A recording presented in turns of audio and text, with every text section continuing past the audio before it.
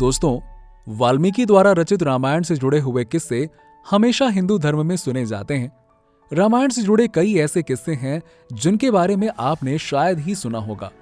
क्या आपको पता है कि लक्ष्मण जी की मृत्यु का समाचार सुनकर सीता माता हंसने लगी थी? अपने देवर की मृत्यु पर माता सीता ने ऐसा क्यों किया और इसकी कहानी क्या है? दोस्तों, आइए आज हम आपको इस वीडियो में बताते हैं। बने रहिए पूरा एंड तक। रामायण की कहानी पूरी दुनिया में प्रचलित है। हिंदू धर्म में इसका बहुत ऊंचा स्थान है। रामायण में भी महाभारत के समान कई युद्ध हुए जिसमें भगवान लक्ष्मण और रावण के पुत्र मेघनाद के बीच हुए घमासान युद्ध का वर्णन भी महत्वपूर्ण है। इस युद्ध में लक्ष्मण अपने शत्रु मेघनाद के सामने थे और तीरों की बौछार हो रही थी। इस युद्ध में लक्ष्मण को शक्ति बाण लगते ही वो मूर्छित होकर धरती पर गिर पड़े। अब ये समाचार पाकर राम की पूरी सेना व्याकुल हो उठी। चारों तरफ प्रलाप मच गया था। लक्ष्मण को बचाने के लिए हनुमान जी से तुरंत लंका जाकर सुषेण वैद्य को लेने के लिए भेजा गया। हनुमान जी तुरंत हवाई मार्ग से लंका में स्थित सुषेण वैद्य के पास पहुंच गए।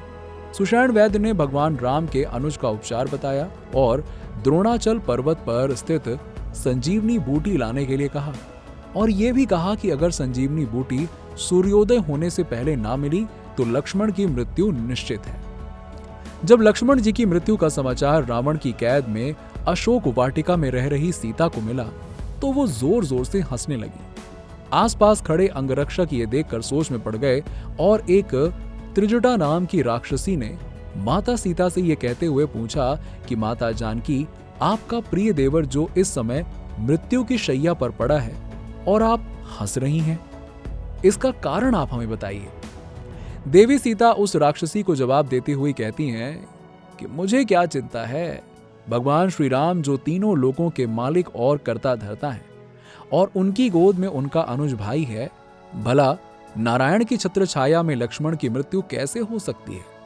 और जो कार्य पवन पुत्र को सौंपा गया है वो कार्य कैसे विफल हो सकता है? जब तक पवन पुत्र हनुमान संजीवनी द्रोणाचल पर्वत से नहीं ले आते तब तक सूर्योदय नहीं हो सकता। आगे उन्होंने कहा कि मेघनाद का शक्तिवान लक्ष्मण को नहीं श्री राम को लगा है। भगवान राम लक्ष्मण के कण कण में बसते हैं। ये सुनकर त्रिजटा दंग रह गईं।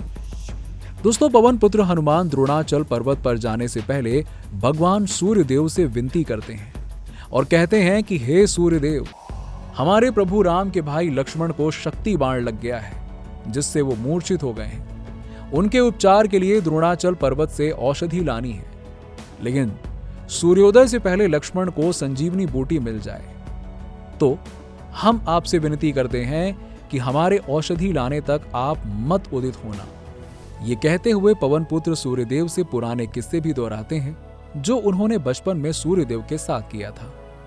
अंत में वहां से चलते हुए पवन पुत्र सूर्यदेव को सर झुकाकर नमन करते हैं और इस विनती के लिए क्षमा मांगते हैं और वहां से द्रोणाचल पर्वत के लिए निकल पड़ते हैं।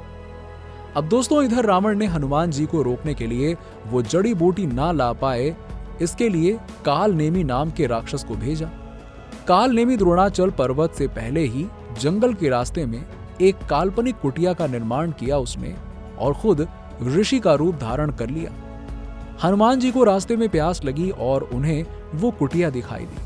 वो तुरंत उस कुटिया के पास पहुंचकर उस ऋषि से पानी मांगा उन्होंने। ऋषि ने अपने कमंडल की ओर इशारा किया, लेकिन हनुमान जी ने कमंडल को देखते हुए कहा, ऋषिवर, इस कमंडल से मेरी प्यास नहीं बुझ सकती, मुझे कोई आसपास बड़ा सा जलाशय बताएं।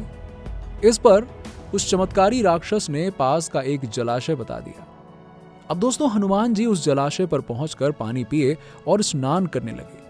इसी समय एक मगरमच्छ ने उनके पैर को जबड़ों से जकड़ लिया। तुरंत पवन पुत्र ने उसके जबड़े को फाड़ दिया। वो मगरमच्छ मरने के बाद कन्या के रूप में बदल गया और हनुमान जी को श्राप से मुक्ति देने के लिए धन्यवाद दिया। हनुमान जी के वापस लौटने के समय उस कन्या ने हनुमान जी को उस ऋषि की हकीकत बताई। बाद में काल नेमी और हनुमान जी के बीच में युद्ध हुआ और काल नेमी को हनुमान जी ने मृत्यु दंड दिया। दोस्तों, काल नेमी मरीच का पुत्र था जो कि श्राप के कारण बार बार धरती लोक पर उसका जन्म होता था और श्री राम उसे उसके जीवन से मुक्ति देते थे। वो रावण के दरबार में मंत्री था। पौराणिक कथाओं के अनुसार मायावी काल नेमी समुद्र मंथन के समय प्रकट हुआ और उसने देवराज इंद्र के सिंहासन पर कब्जा कर लिया था। दोस्तों, सभी देवताओं की विनती पर भगवान विष्णु ने उसका वध किया था। आगे द्वापर युग में काल नेमी कंस के रूप में मथुरा का शासक बना, जहां कृष्ण के हाथों उसकी मृत्यु हुई थी। इस तरह उसके हर जीवन काल में भगवान विष्णु ने अपने कई रूपों में उसका संहार किया। तो दोस्तों, उम्मीद है कि आपको ये जानकारी पसंद आई होगी। अगर वीडियो अच्छी लगी हो तो इसे लाइक कीजिएगा, वीडियो को शेयर करें और हमारे चैनल धर्म मिस्ट्री को सब्सक्राइब करना मत भूलिएगा।